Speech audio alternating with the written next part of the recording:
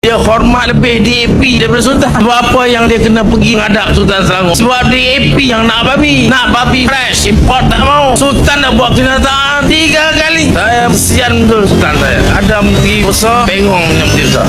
Sultan Pahang dia tak nak mengadap. Dia buat kurang hajar. Dia kata Menteri Kewangan kedua pergi jawab. Selangor dia pergi mengadap. Apakah kerana dia hormat lebih Sultan Selangor dan Sultan Pahang? Tak. Dia hormat lebih DAP daripada Sultan. Sebab apa yang dia kena pergi mengadap Sultan Selangor? Sebab DAP yang nak babi fresh, import tak mau. Sultan dah buat kenyataan 3 kali. Saya kesian betul Sultan saya. Ada menteri besar, bengong punya menteri besar. Dulu sampah 3 kali juga cerita. Langsung jam tu hari keputeraan baginda di Kelang dia sebut masalah sampah ni. Tak buat juga. Ini menteri besar sampah. Langsung tak guna. Banjir. Langsung macam tu juga. Babi lagi hancur. Suruh Perdana Menteri pula pergi mengadap. Perdana Menteri ni pula pergi mengadap. Yang ke Pahang dia tak nak mengadap. Selangor dia pergi mengadap. Bukan kerana Sultan Selangor dia hormat. Kerana dia hormat DAP. Kerana DAP yang minta. Dalam Dewan Undangan Negeri dia minta. Padahal baru lepas saja ditah Sultan. Buka Dewan, Sultan sebut cukup. Tak mau bincang dah. Tak payah bincang. Kita dah buat keputusanmu utama. Tak boleh ada kandang ternak babi. Macam mana selesai peternak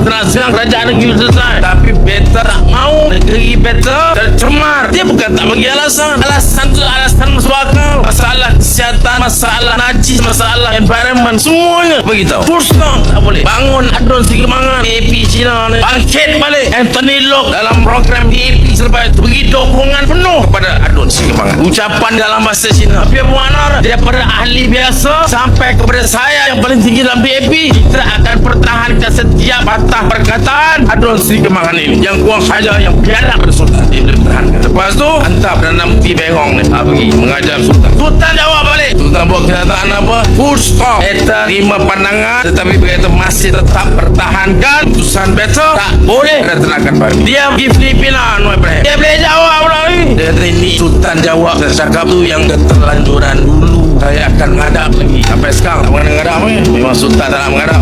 Jadi tak faham pasal. Dia bukan bersultan saja. Dia bersultan kepada Dewi. Ini Anwar Ibrahim. Why so serious?